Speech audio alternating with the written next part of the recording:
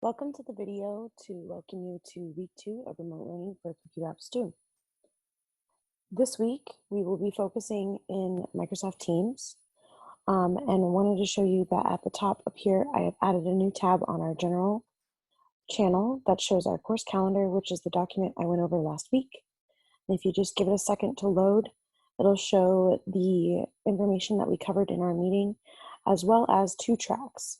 One track is for those who are wishing to complete all 3 Access, Word, and Excel Expert certifications by the end of the semester, and those who are wishing just to complete Access Expert and then portions of Word and Excel, but not necessarily getting certified. I made these 2 tracks because I know that some people might get overwhelmed by all 3, so I wanted to have an alternative option for those of you who wanted to move a little bit slower and maybe take more time on the different areas. We're currently in week 2. Each track is doing the exact same thing, and that is completing module 1 of Access as well as the assignment. I took the documents that I showed you in the meeting last week and I pared them down extensively to give you just the information that you needed and highlighted important details. I also linked in the videos directly in there and told you when to go watch them. So looking at that, we're going to go over to RL week 2, where that will show us what we are doing for this week. You can see that when you visit this channel, up at the top, the tabs have changed because now I've linked in a bunch of documents for you that are specific to this week and starting with Access. So there's posts, which will show everything for the week, and we can communicate in here throughout the week. There's files, which will be important because these files are specific to this week's information.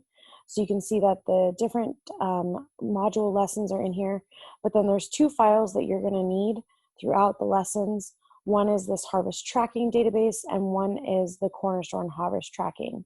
So there's 2 files that you're going to need to be able to look at. It's really important that you hit the check mark and then you hit download.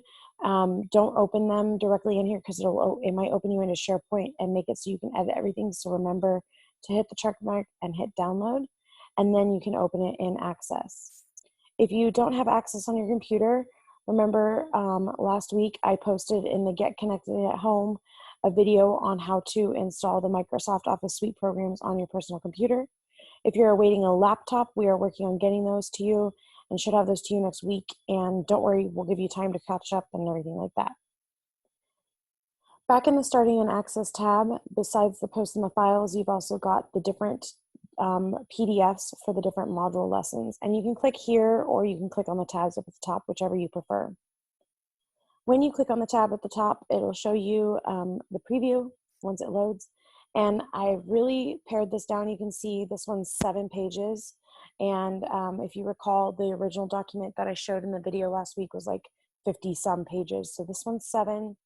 The next document, I think I pared down to about 9 pages. And it's got, just 4 pages actually. And the last one, let's go ahead and look at that and see how pared down it is. So 9. So yeah, you're looking at less than obviously 30 pages from 50. And I also want to note that this has screenshots in it for you. And then it's got some application practice as well. So it gives you instructions on how to open up files. And there's questions in here, and I'm not going to require you to answer these questions on paper or anything like that. They're just questions you should be asking yourself as you kind of navigate and explore through Access. You can also see that I've highlighted important information by using this little icon with the exclamation point and highlighting it in color. And I've also linked in these videos, and you can click directly on these to go watch them. So hopefully that helps you kind of navigate through these a little bit more rather than just the way that it was written by Microsoft. So again, not asking that you answer these questions, but they are available to you. And then once you're done with all 3 of those, you'll go back to posts or to assignments on the left over here. And there's the assignment for evaluating Cornerstone database. So once you're in that assignment, you'll see that you should have the ability to edit a document. Now, I obviously am inside of the version that is for teachers, but you should have an evaluating Cornerstone database document where you can type in answers to the questions that are available to you. So hopefully this kind of helps you get started for the week. If you have any questions, don't hesitate to ask. I am available, and I hope you have a great week.